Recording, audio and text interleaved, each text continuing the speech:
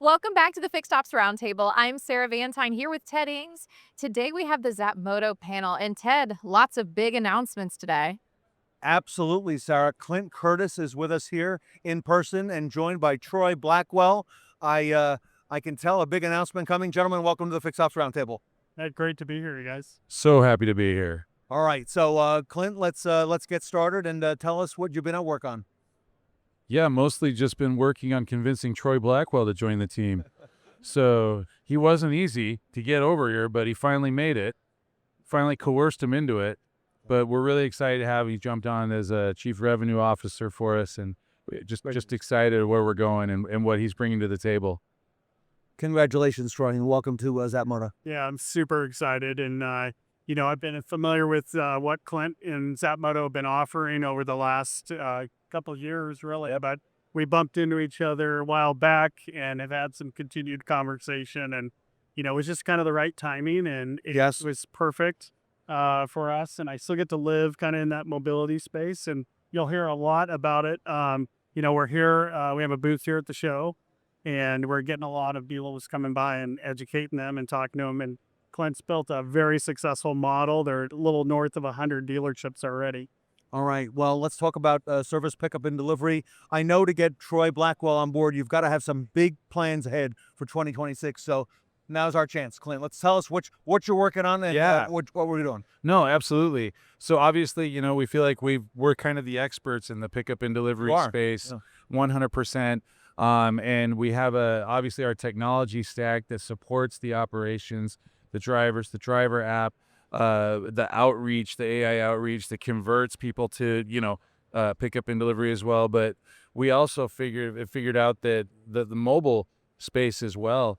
And so now instead of having to switch between different systems and processes, we want to have that remote experience all in one place, which mean remote experiences mean pickup and delivery and mobile service, right? So we've trained AI agents now that can convert customers not only to pickup and delivery, but also to mobile service to make sure that those trucks that have been invested in, dealers spending a lot of money on those trucks. We got to get those things on the road and make sure they're being used. So it's a really, really cool platform. I feel like we've got some really good traction, especially with our current customer base with pickup and delivery. I'm super excited about where we're going. Troy, talk to us about remote services and why that's such an important element for dealers, especially this year. Yeah, I think you've heard me say this a lot on your shows and or in the discussions, and the stats definitely back it up, right? The customers are absolutely wanting this experience. And listen, the dealerships should be able to offer three options. Customers can still drive down to the dealership, customer can have mobile service, or customer can opt to have a pickup and delivery. And I think where we come in and help at Zapmoto is those dealers that don't want to entirely invest the capital in these mobile vans initially. And maybe it's a slow kind of crawl, walk, run mentality. And so we're going to be here to present them options. And I think the biggest thing what Zapmoto is going to be able to do is we're not just come in, do a quick sale, sell some software, and then see you later. There's a support mechanism here too, and it has to be in place for these dealerships to be successful. Yeah, we had David. We were watching David speak with you guys, David Spizak, and right before, and I love one of the things that he said. Guy's the best, but I love where he talks about we don't need any more technology. Dealers need partners, which echoes what the point that Troy's making here, and that's really where we come in. I love to say that we aren't in it to sell gym memberships. Yes. Obviously, I mean, I'm not a huge fan of the gym. I will occasionally go the first or second day of January. Then after that, I'm probably done.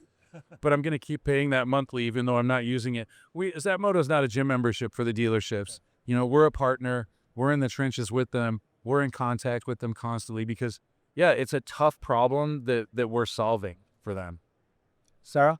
Well, and Troy, this is really exciting because for Ted and I with the Fixed Ops Roundtable, we're hearing so much conversation around the importance of retention and really providing an exceptional experience because there is a lot of competition out there from independents, from other dealerships, and customers have a lot of choices today. Yeah, and I just, to clear a couple things, in most cases, the dealerships have not done anything wrong.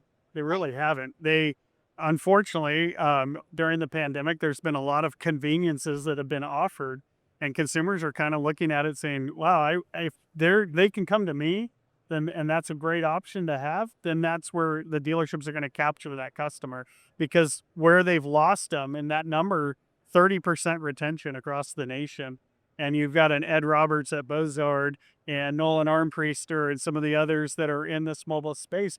They're knocking on 70%. So it just shows you that this is a way and a vertical to kind of help them capture that market share back.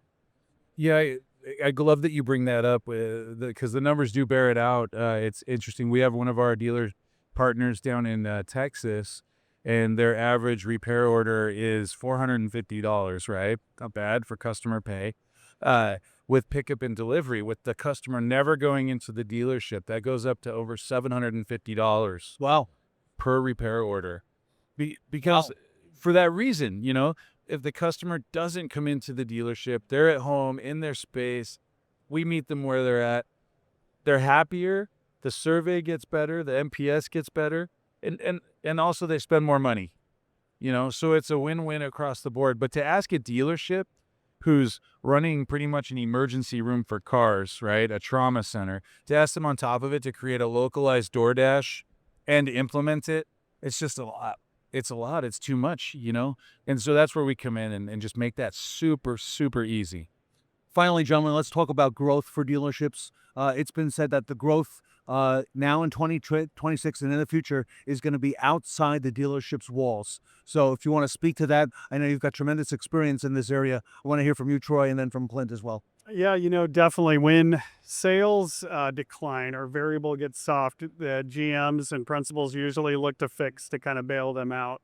And so what I think we're going to see over the next few years is all these enhancements and tools to, like you said, to get these experiences out behind the walls that they're so used to and accustomed to doing.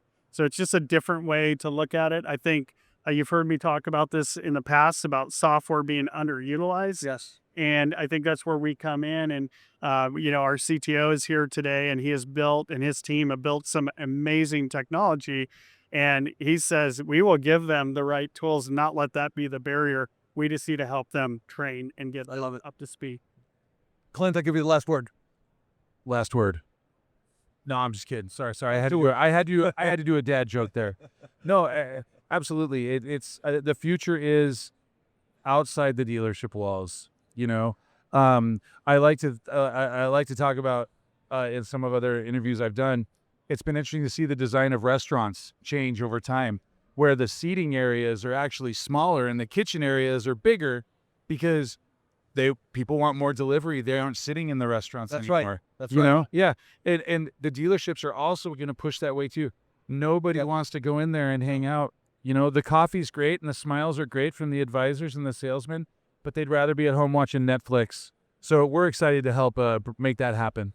All right, gentlemen, big year ahead for Zapmoto. Thank you for being with us. Clint Curtis, Troy Blackwell, congratulations. Thank you. An amazing year ahead. So, Sarah, a lot happening in this space. Lots happening, Ted, and Zapmoto is leading the charge. All right, Sarah Vantine and I here at the Fixed Ops Roundtable, and we're going to be right back.